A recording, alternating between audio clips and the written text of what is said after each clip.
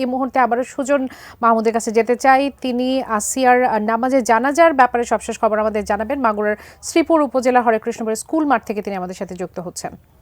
আপনাকে একটু বাবলি জানিয়ে রাখি, শিশুটির প্রথম নিয়ে আসা হয় মাগুরা স্টেডিয়ামে, সেখান থেকে মাগুরা স্থানীয় নোমানী ময়দানে নিয়ে আসা হয়। তার প্রথম জানাজা সেখানে অনুষ্ঠিত হয়। তারপরে তার গ্রামের বাড়ি জারিয়া গ্রামে নিয়ে আসা হয়। সেখান থেকে তার বাড়ি থেকে তার দাদার বাড়ি শ্রীকুণ্ডি গ্রামে তার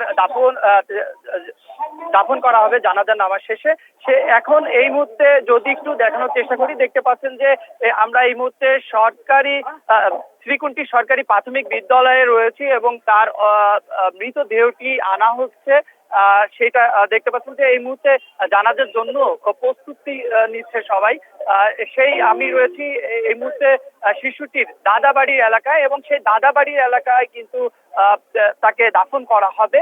এই যে দ্বিতীয় যে জানাজা, এই দ্বিতীয় জানাজা মাগুরা শ্রীপুর উপজেলার শ্রীকুণ্ডি প্রাথমিক বিদ্যালয়ের মাঠে সবাই একত্রিত হচ্ছে। এই জানাজার অনুষ্ঠান অনুষ্ঠিত হবে এখানে।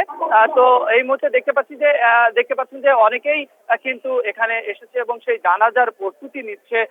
তার মরদেহটি আসছে তার গ্রামের বাড়ি থেকে। তো সবাই জানাজার জন্য কিন্তু এই মুহূর্তে প্রস্তুত হচ্ছে।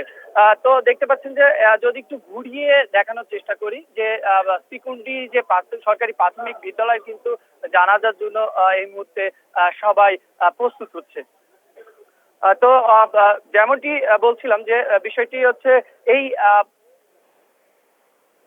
শিশু আসিয়ার জন্য কিন্তু পুরো গ্রামবাসী কিন্তু আসলে শোকে শোকাহত হয়েছে এবং সবাই কিন্তু এই মুহূর্তে এইখানে অনেকেই দেখতে পাচ্ছি যে এসেছে এবং বিভিন্ন জায়গা থেকে আমরা দেখতে পাচ্ছি। ইতিমধ্যে দেখতে পাচ্ছেন যে যদি একটু দেখানোর চেষ্টা করি যে শিশুটির মরদেহ কিন্তু আনা শুরু করেছে মাঠে।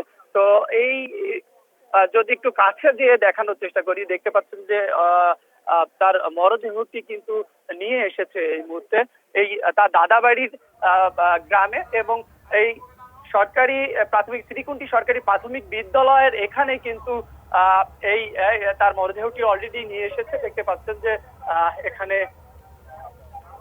তার মরদেহটি নিয়ে এসছে এবং এখানে